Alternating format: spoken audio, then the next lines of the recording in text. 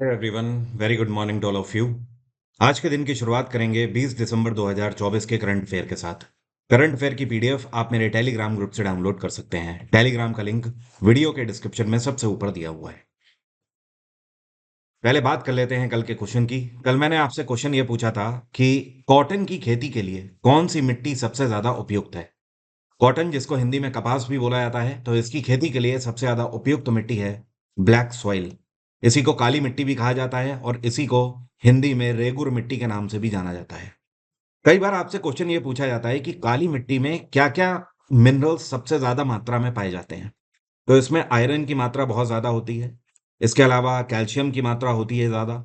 Aluminium की मात्रा भी होती है, लाइम भी इसमें पाया जाता है और मैग्नीशियम भी पाया जाता है। इसके अलावा और जो क्वेश्चन पूछे जाते हैं उनको भी डिस्कस करता हूं आपसे, जो कि मिट्टी से बनने वाले इंपॉर्टेंट क्वेश्चन है ज्योग्राफी में।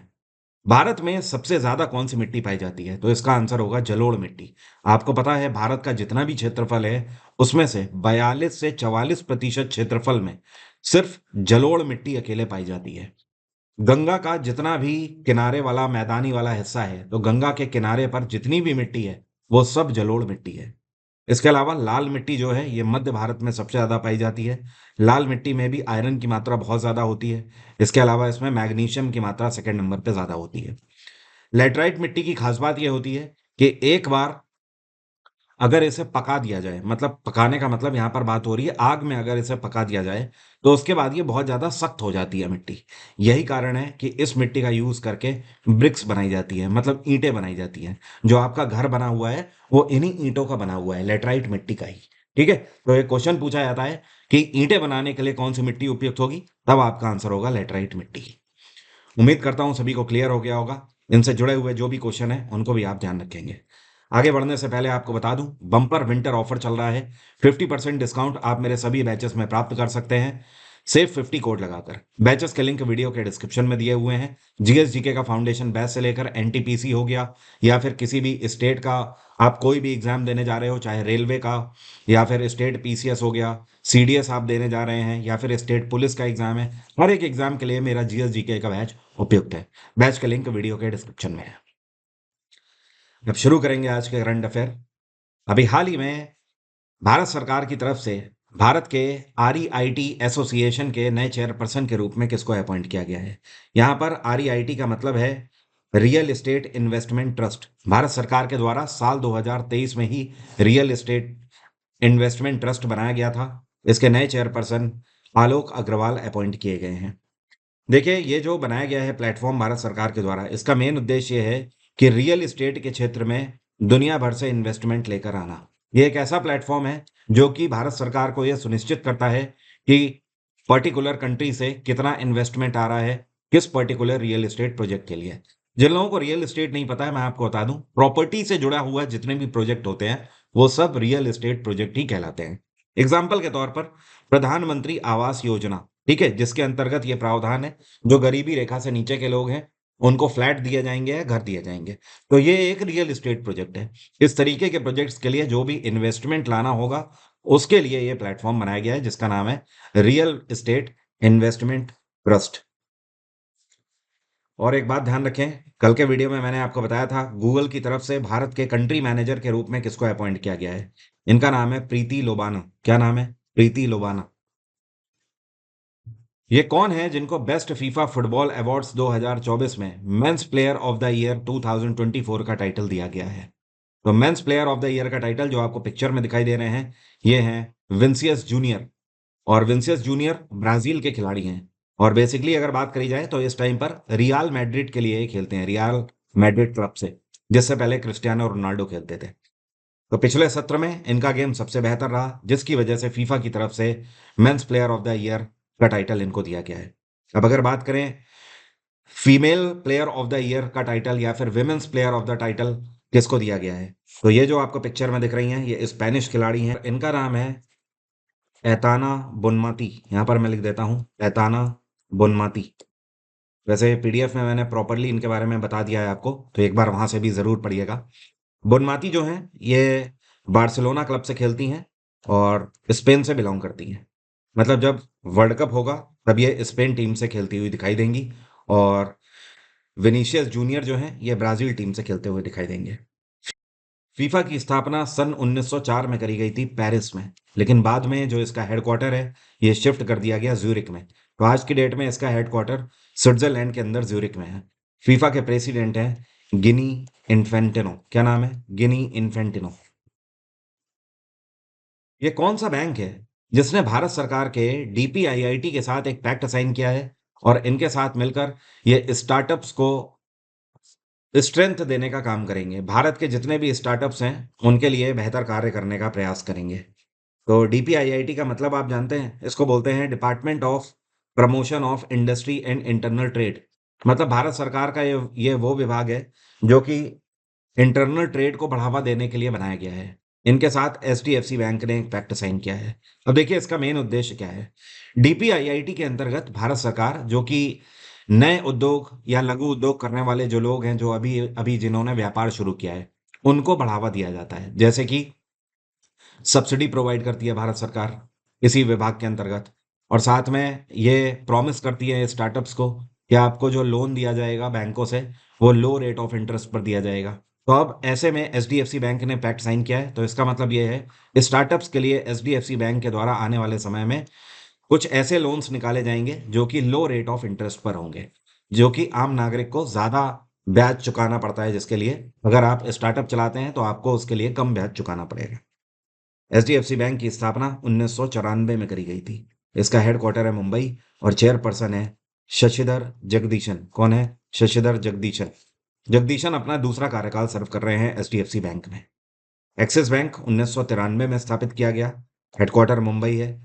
आईसीआईसीआई बैंक 1994 में, हेडक्वार्टर इसका वडोदरा है। और स्टेट बैंक सन 1955 में स्थापित किया गया है, इसका भी हेडक्वार्टर मुंबई है। जो आपको पिक्चर में दिखाई दे रहे हैं इनका नाम है पंडित संजय राम मराठे। हाल ही में 68 वर्ष की उम्र में इनका निधन हो गया। ये कौन से प्रोफेशन से जुड़े हुए थे? तो ये शास्त्रीय गायक थे, क्लासिकल सिंगर थे, और ये हारमोनियम बजाते थे। तो कृपया करके आप ये जरूर ध्यान रखें, इनका म्यूजिकल इंस्ट्रूमेंट आने वाले समय में ये आपसे क्वेश्चन भी पूछा जा सकता है, करंट अफेयर से भी, और इस क्वेश्चन को स्टैटिक जीके में आर्ट एंड कल्चर से भी जोड़कर पूछा जा सकता है कि पंडित संजय राम मराठे कौन सा म्यूजिकल इंस्ट्रूमेंट बजाते थे। तो ऐसा ना हो कि उस टाइम पे आपका डब्बा गोल हो जाए, तो ध्यान रखिएगा, हारमोनियम बजाते थे। ठीक है।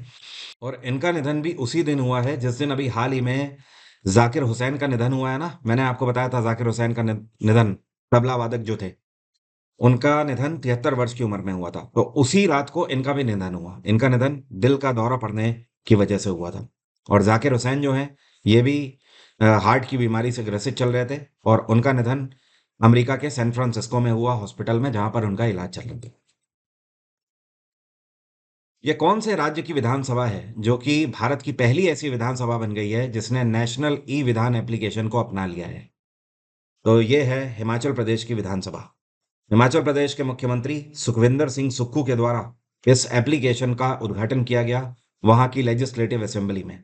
नेशनल ई विधान एप्लीकेशन एक ऐसा ऐप है जिसके अंतर्गत हिमाचल प्रदेश की जो विधानसभा है उसमें जो कार्यवाही चल रही है उसको आप लाइव देख पाएंगे, पूरे देश भर में कहीं से भी बैठकर। आप किसी भी राज्य में बैठे हों, किसी भी शहर में हों, आप इस एप्लीकेशन से हिमाचल प्रदेश की विधानसभा में क्या चल रहा है उसकी लाइव पूरी कार्यवाही देख पाएंगे। इसका उद्घाटन सुखविंदर सिंह सुक्खू के द्वारा किया गया, और उस टाइम पर कांग्रेस लीडर जो कि ऑपोजिशन के लीडर हैं जयराम ठाकुर, ये भी मौजूद थे, और साथ में विधानसभा के स्पीकर कुलदीप सिंह पठानिया भी मौजूद थे। हिमाचल प्रदेश में इस टाइम पे गवर्नर कौन है? शिव प्रताप शुक्ला। शिव प्रताप शुक्ला। हिमाचल प्रदेश से याद आया, एक यहाँ पे स्टैटिक जीके का क्वेश्चन पूछा जाता है। एक त्योहार है उसको बोलते हैं गोची फेस्टिवल। क्या बोलते हैं? गोची फेस्टिवल। तो ये क्वेश्चन कई बार रिपीटेड है एसएससी में कि गोची फेस्टिवल कौन से राज्य में मनाया जाता है। ध्यान रखें, हिमाचल का है। ये कौन सी ऑर्गेनाइजेशन है जिसने टेली सॉल्यूशन प्राइवेट लिमिटेड के साथ पैक्ट साइन किया है, और इनकी मदद से ये भारत के जो स्टार्टअप्स हैं जो कि मैन्युफैक्चरिंग का काम करते हैं उनको ट्रेन करने का काम करेंगे? तो ये भी डीपीआईआईटी है जिसको बोलते हैं department for promotion of industry and internal trade. और ये जो टेली सॉल्यूशन प्राइवेट लिमिटेड है ये वही टेली सॉफ्टवेयर है जिसके बारे में आपने सुना होगा या आप जानते होंगे, और ये कॉमर्स के क्षेत्र में यूज किया जाता है। टैली का काम तो आप लोग जानते ही हैं, बेसिकली अकाउंटिंग के लिए ये सॉफ्टवेयर यूज़ किया जाता है, मार्केटिंग स्ट्रैटेजीज हो गई और टैक्स कंप्लाइंस हो गए, उन सब के लिए टैली सॉल्यूशन यूज़ किया जाता है।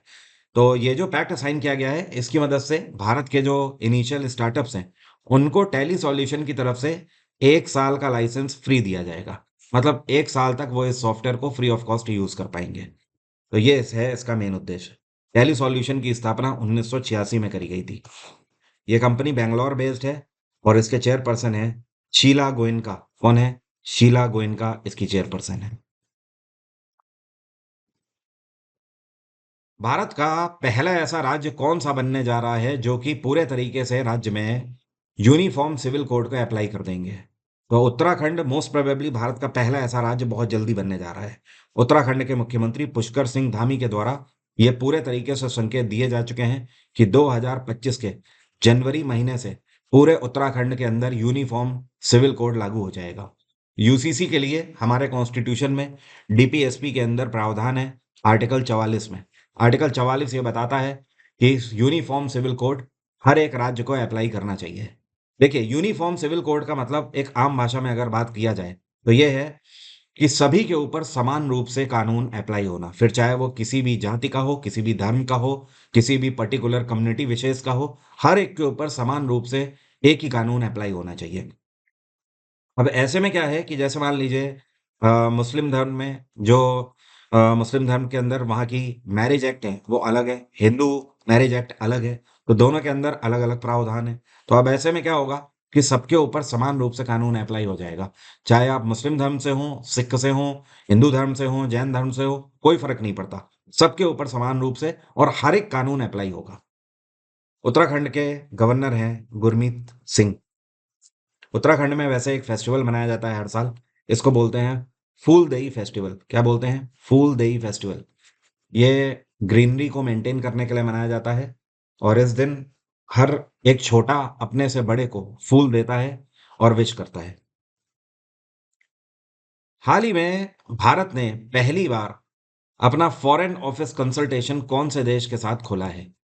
तो ये लाइबेरिया के साथ खोला है भारत ने फॉरेन ऑफिस कंसल्टेशन। अब देखिए ये ऑफिस करेगा क्या। ये एक ऐसा प्लेटफॉर्म लॉन्च किया है भारत ने लाइबेरिया के साथ जिसमें दोनों देश आपस में मिलकर एग्रीकल्चर के क्षेत्र में बात करेंगे, टेक्नोलॉजी के क्षेत्र में, एजुकेशन हो गया, ट्रेड एंड कॉमर्स हो गया।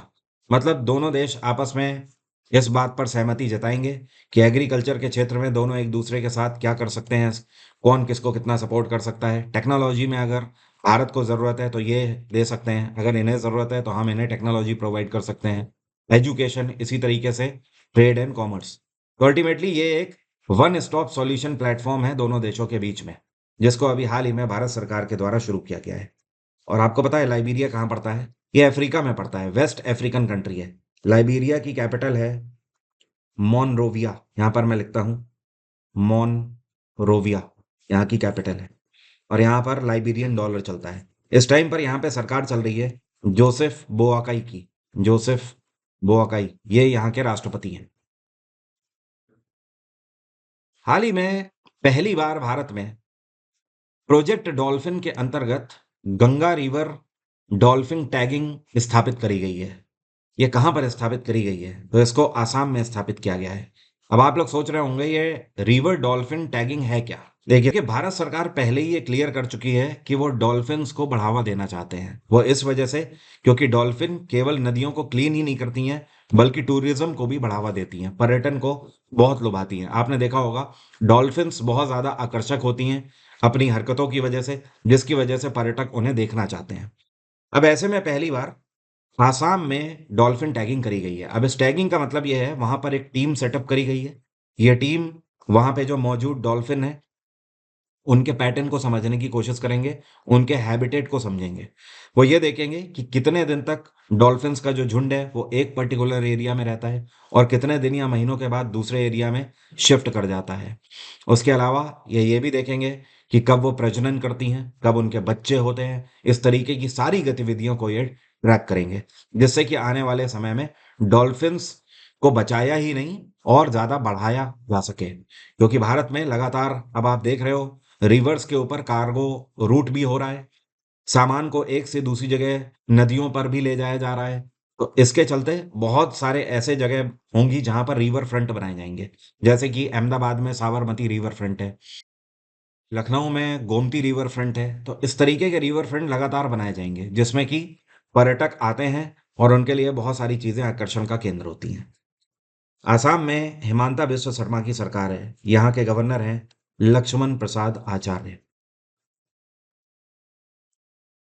ये कौन है जिनके द्वारा संजीवनी योजना लॉन्च करी गई है बुजुर्गों की मुफ्त स्वास्थ्य देखभाल के लिए?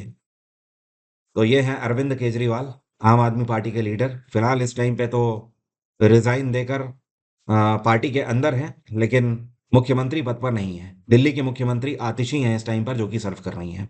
अरविंद केजरीवाल के द्वारा संजीवनी योजनाएं इसलिए लॉन्च करी गई है, इसके अंतर्गत 60 साल के ऊपर के दिल्ली के जो बुजुर्ग होंगे वो सभी एप्लीकेबल होंगे और उन्हें दिल्ली सरकार की तरफ से 5 लाख रुपए तक का जो इलाज है वो मुफ्त में मुहैया कराया जाएगा। वैसे आपको बता दूं, दिल्ली विधानसभा के election election commission of India की तरफ से डिक्लेयर अभी तक इतना ही किया गया है कि मोस्ट प्रोबेबली चांसेस हैं जनवरी 2025 के एंड तक ये स्टार्ट हो जाएंगे, या फिर मैक्सिमम फरवरी के फर्स्ट वीक तक ये इलेक्शन हो जाएंगे। दिल्ली के अंदर विधानसभा की टोटल 70 सीटें हैं और लोकसभा की 7 सीटें हैं। देखने वाली बात यह होगी कि इस बार आम आदमी पार्टी फिर से अपना तख्त बचा पाती है या फिर नहीं बचा पाएगी। हाल ही में भारतीय सेना के द्वारा आर्टिफिशियल इंटेलिजेंस इंक्यूबेशन सेंटर कहां पर स्थापित किया गया है? इंडियन आर्मी ने इसका उद्घाटन बेंगलुरु में किया गया है। और बेंगलोर में ये जो एआई इंक्यूबेशन सेंटर है, इसको स्पेशली इनॉग्रेट किया गया है Indian army chief Upendra Dwivedi के द्वारा। अब ये है क्या एआई इंक्यूबेशन सेंटर? देखिए, मेक इन इंडिया प्रोजेक्ट के अंतर्गत भारत सरकार चाहती है कि जितने भी डिफेंस इक्विपमेंट हैं मैक्सिमम हम लोग भारत के अंदर ही बनाएं। एग्जाम्पल के तौर पर छोटे रडार से लेकर बड़े रडार हो गए, ड्रोन्स हो गए, केवल सर्विलांस ड्रोन्स ही नहीं, अटैकिंग ड्रोन्स भी हो गए। अपार्ट फ्रॉम दिस आप ये देख ही रहे हैं लगातार अब जो इंडियन नेवी के शिप्स बन रहे हैं वो भी मेक इन इंडिया प्रोजेक्ट के अंतर्गत बन रहे हैं। तो इंडियन आर्मी के द्वारा ये जो एआई इंक्यूबेशन सेंटर है, इसके अंतर्गत ऐसे इलेक्ट्रॉनिक गैजेट्स आर्मी के लिए तैयार किए जाएंगे जो कि एआई पर बेस्ड है। इसी के ऊपर रिसर्च एंड डेवलपमेंट इसी बैंगलोर बेस्ड इंक्यूबेशन सेंटर में किया जाएगा। वैसे भारतीय थल सेना दिवस हम लोग अगले महीने मनाएंगे। 15 जनवरी के दिन हर साल इंडियन आर्मी डे हम लोग मनाते हैं। ये कौन सा भारतीय इंस्टीट्यूट है जो कि क्यूएस वर्ल्ड यूनिवर्सिटी रैंकिंग 2025 में सेकंड नंबर पे रहा है? तो इस बार अगर बात करी जाए तो सेकंड नंबर पे जो रहा है, ये रहा है आईआईटी खड़गपुर। आईआईटी खड़गपुर, ठीक है। सवाल ये है कि फर्स्ट पे कौन सा रहा है? तो नंबर वन पे Indian institute of technology Delhi रहा है, आईआईटी दिल्ली नंबर वन पे। नंबर दो पे खड़गपुर। और नंबर तीन पे आईआईटी बॉम्बे इस बार रहा है। नंबर चार पे आईआईटी कानपुर रहा है। और नंबर पाँच पे आईआईटी मद्रास रहा है। ठीक है, तो ये टॉप 5 है। इनकी लिस्ट मैंने आपको पीडीएफ में दे दी है, तो वहां से आप क्लियरली एक बार देख लीजिएगा। ओवरऑल इनकी क्या क्या रैंकिंग है वो भी आपको बता देता हूँ। आईआईटी दिल्ली जो कि भारत में नंबर वन पे है, इसकी ओवरऑल पूरे दुनिया में 171वीं रैंक है, 171।